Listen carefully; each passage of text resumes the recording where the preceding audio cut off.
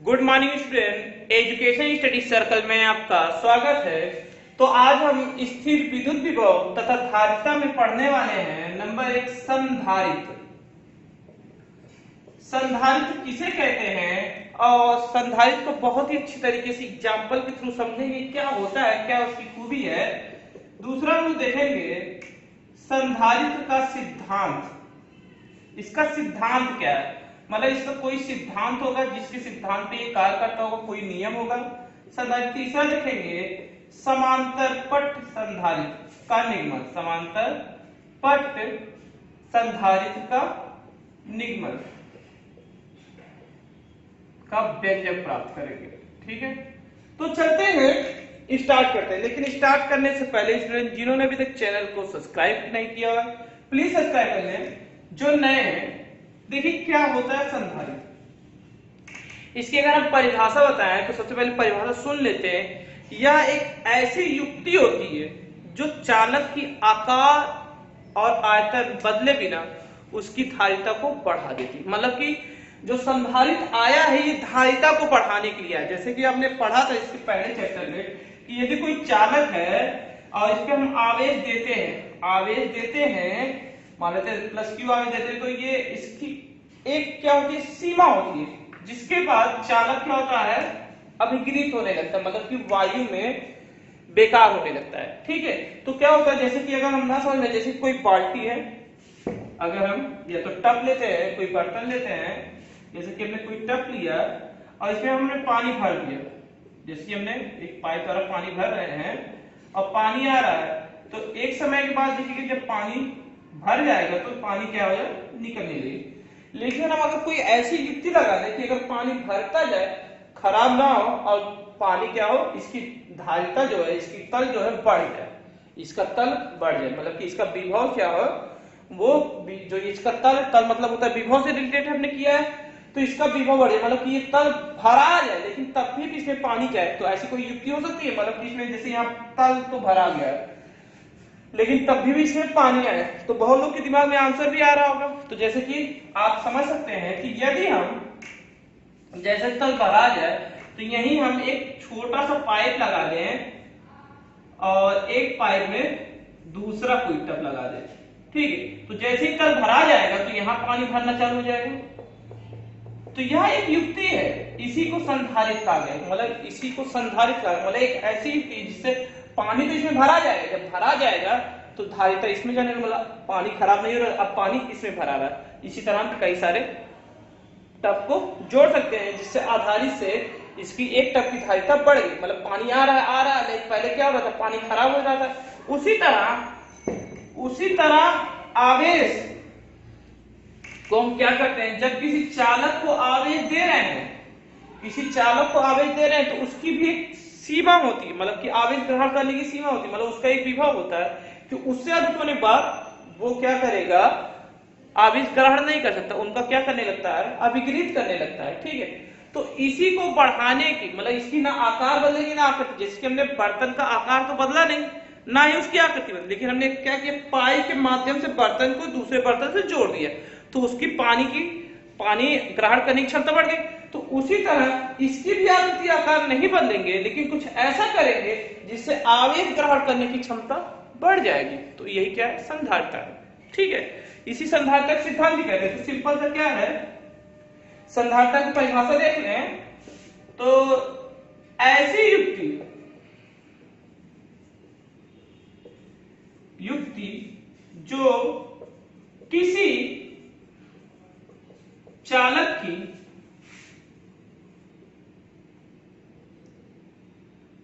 की आकार और आयतन बदले बिना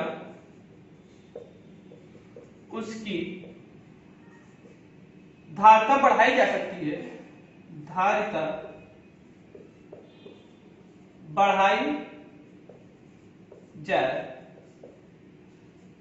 तो इस युक्ति को हम क्या कहते हैं, तो इसे ही संधारित्र कहते हैं। समझ में, मतलब एक समझिए ऐसी युक्ति है जो किसी भी चालक की, हमने चालक का ना आकृति बदला, ना आयतन बदला, ना आकार बदला, कुछ भी नहीं बदला, लेकिन उसकी धारिता मतलब उसके आवेश ग्रहण करने की क्षमता को अगर हम बढ़ा देते हैं तो उसे हम क्या कहते हैं, संधारित्र कहते हैं। ठीक है, संधारित्र मतलब आपने पढ़ा है, संधारित्र मतलब क्या होता है कि मतलब जब किसी चालक को, जब किसी चालक को प्लस क्यू आवेश देने पर उसका विभव क्या हो, कम हो, उसका विभव भी कम हो। ठीक है, उसका विभव क्या हो, कम हो। अर्थात आप जानते हैं कि संधारित्र बराबर क्या, सी बराबर क्या होता है, क्यू अपॉन वी होता है। तो ये आप जानते हैं, तो उसका विभव कम हो जाए, मतलब उसका तल कम रहे, मतलब हम पाइप द्वारा जोड़ देंगे, अगर नीचे से जोड़ देंगे तो उसका विभव कम हो जाएगा, उसका तल कम हो जाएगा। तो यही संधारित्र एक ऐसी चीज है। ठीक है, इसका सिद्धांत देख लेते हैं, सिद्धांत क्या है। अब इसके सिद्धांत में ही इसके नियम को देखेंगे, जैसे हमने पाइप का उदाहरण दिया तो वही सिद्धांत है संधारित्र का सिद्धांत। सिद्धांत क्या है, अब देखिए, मेन है कि हमने मान लेते हैं कोई एक हमने प्लेट ले लिया, तो इसकी परिभाषा पहले बता दें, अगर परिभाषा को समझना तो परिभाषा समझिए। जब किसी आवेशित चालक के समीप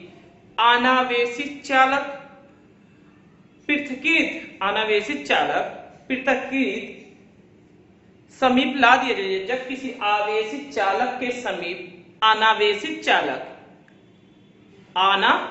चालक जो पृथक्कृत हो, जिसके कारण उसकी क्या होती है, जिसके कारण उसकी धारिता बढ़ जाती है, तो यही क्या कहलाता है, संधारित्र का सिद्धांत कहलाता है। जब किसी आवेशित चालक के समीप अनावेशित और पृथक्कृत चालक को समीप लाया जाता है, जिससे चालक की क्या होती है, चालक की धारिता बढ़ जाती है, और इसे हम क्या कहते हैं, संधारित्र का सिद्धांत कहते हैं। तो ये परिभाषा है। तो सिंपल सा अगर हम मान लेते कोई प्लेट है, देखिए ये, इस पे हमने क्या दिया, प्लस क्यू आवेश दिया। जैसे प्लस क्यू आवेश देंगे, इसके प्लेट पे सारे पे एक समान आवेश आ जाएगा।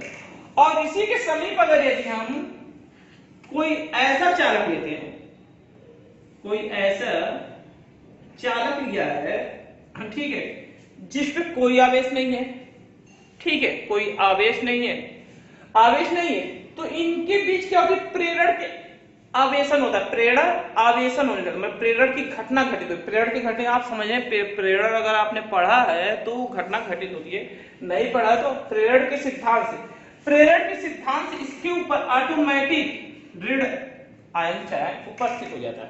और अगर इसे हम क्या करते हैं, पृथक्कृत कर देते हैं, पृथक्कृत मतलब पृथ्वी से जोड़ देते हैं, पृथक्कृत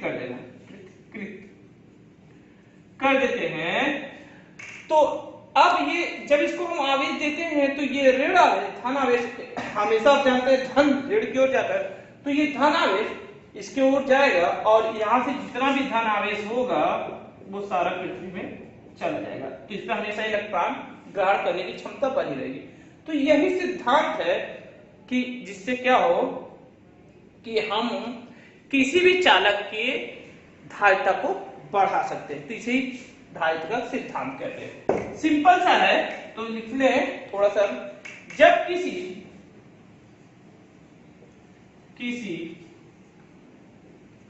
आवेशित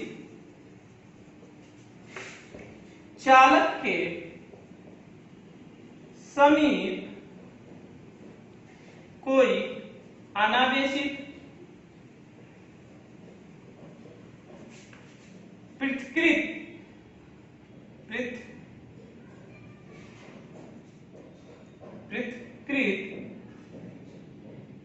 चालक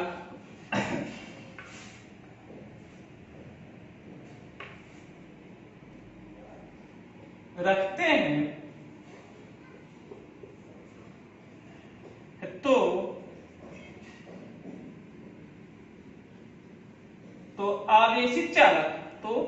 आवेशित चालक की धारिता बढ़ जाती है। यही संधारित्र का सिद्धांत कहलाता है।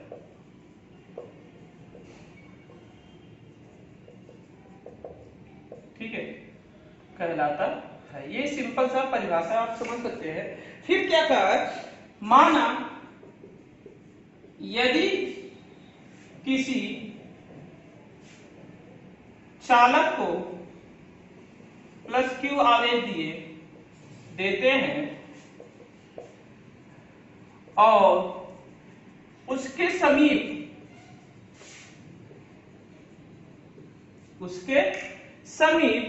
कोई अनावेशित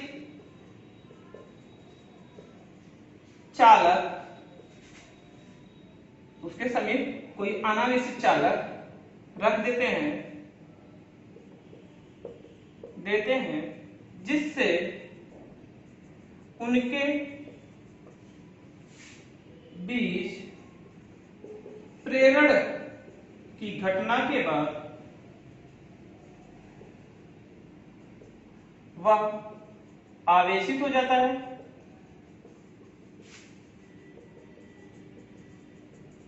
और उस अनावेशित चालक को पृथक्कृत कर देते हैं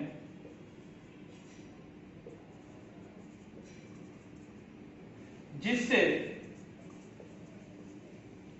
उसका इलेक्ट्रॉन पृथ्वी में चला जाता है। तो ये नियम है, मतलब सिंपल सा, जब हम कोई एक प्लेट लिए तो उसको अगर हम पृथक्कृत कर देते हैं, मतलब कि उस पर हमने क्यू आवेश दिया और दूसरा जो कोई भी आवेश नहीं रहता, तो ऑटोमेटिक वो आवेशित हो जाता है और जिसके कारण क्या होता है, उसकी चालकता बढ़ जाती है। तो ये सिंपल सा सिद्धांत है, ये आपको अच्छे समझ में आ गया होगा थोड़ा सा।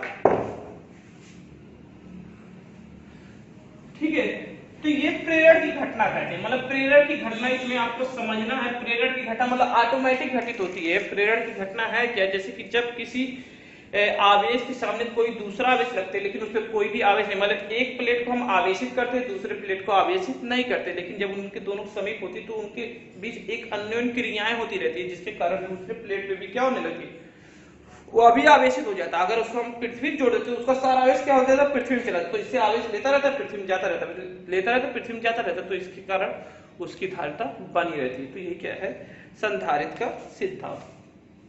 अब हम देखेंगे समांतर पट संधारित्र। इसमें भी सेम वही है। इसमें देखिए, आप देखेंगे ये आपका एक समांतर पट है,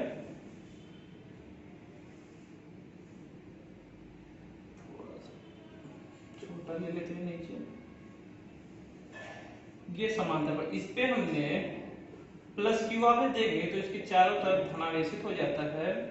ठीक है, और इसके समीप हम दूसरा पट रखते हैं जो अनावेशित होता है, जो पृथ्वी से क्या होता है, पृथक्कृत होता है। पृथ्वी से पृथक्कृत मतलब पृथ्वी से जुड़ा होता है। ठीक है, और इनके बीच कोई माध्यम होता है, जैसे कागज हो, कांच हो, रुई हो, कुछ भी हो, और इनकी जो धारिता होती है वो ऐसे रहती है, इस दिशा में चलती रहती है।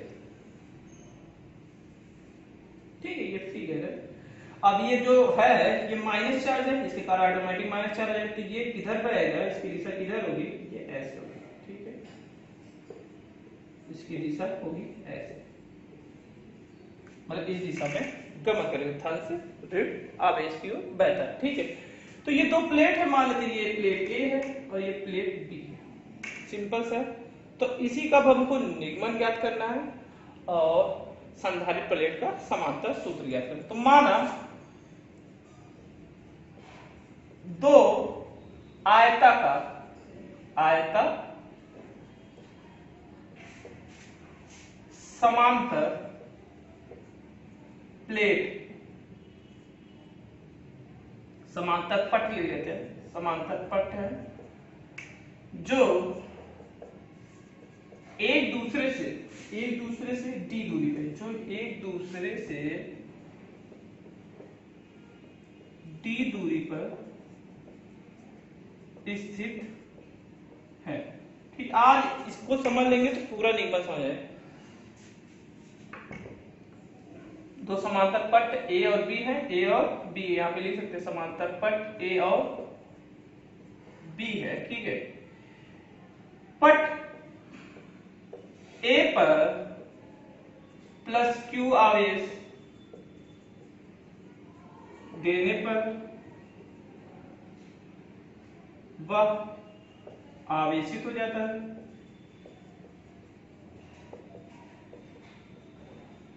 जबकि B पट अनावेशित है, अनावेशित है और अनावेशित पृथक्कृत है,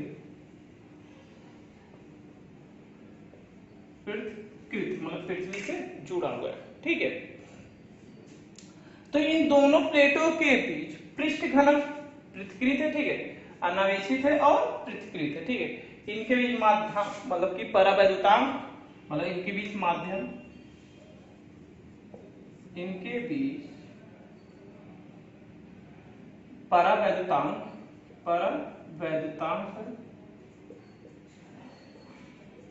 है। प्लेटों के बीच मतलब दो समांतर पट प्लेटों के बीच, दो समांतर पट प्लेटों के बीच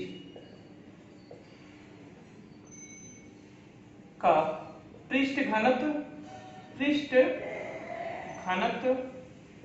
तो हमने इसके पहले पढ़ा था, पृष्ठ घनत्व सिग्मा से प्रदर्शित करके। देखिए तो देखिए ये प्लस क्यू आवेश के लिए पृष्ठ घनत्व प्लस में होता है, मतलब कि सिग्मा ही होगा, प्लस में माइनस के लिए माइनस होता है, तो पृष्ठ घनत्व बराबर क्या हो जाता है, सिग्मा बराबर क्यू अपॉन ए होता है। ठीक है, इसको समीकरण 1 मान लो।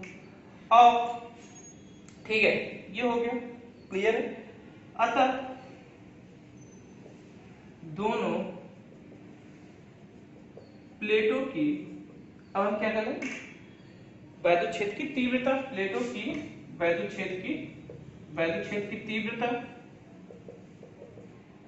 तीव्रता आपने पढ़ा था जब हमने समांतर पट संधारित्र के लिए निकाला था, तो वैद्युत क्षेत्र की तीव्रता क्या निकाला था, तो E बराबर होता है, क्या होता है, सिग्मा के एप्सिलॉन 0, क्योंकि यहाँ परावैद्युतांक है समीकरण में दो। अतः इनके बीच का विभवांतर क्या है, विभवांतर बराबर होता है वैद्युत क्षेत्र की तीव्रता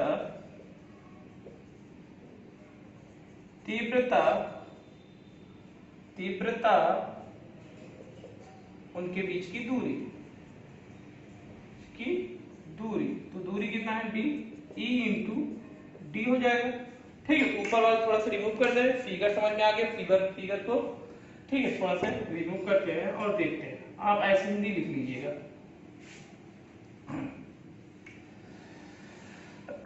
समीकरण 1 समीकरण 2 याद रखिएगा आप। ठीक है, चलते हैं आगे। देखिए तीव्रता हो गई, वैद्युत क्षेत्र की तीव्रता, समीकरण 1 समीकरण 2 से वैद्युत क्षेत्र की तीव्रता ये है, तो रखते हैं, तो V बराबर क्या हो जाएगा, आपने देखा E का मान आपने क्या निकाला था, सिग्मा के एप्सिलॉन 0, और D बराबर क्या था, D उनके बीच की दूरी है, तो इंटू D हो जाएगा। तो सिग्मा का मान रखने पर ठीक है, सिग्मा तो V बराबर क्या, सिग्मा बराबर Q अपान क्या होता है आपका, Q अपान क्या था, Q अपान A था, तो सिग्मा बराबर Q अपान A, तो Q अपान A रख देंगे, तो Q अपान A, तो A F के एप्सिलॉन 0 इंटू D हो जाएगा। ठीक है,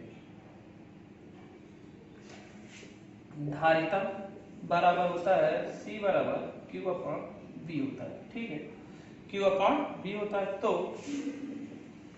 तो सी बराबर क्या हो जाएगा, तो रख देंगे मान क्यू बटे इसका मान रखेंगे क्यू डी ए के एप्सिलॉन जीरो। क्यू क्यू से कैंसिल जाएगा, सी बराबर क्या है, डी बराबर ए के एप्सिलॉन जीरो।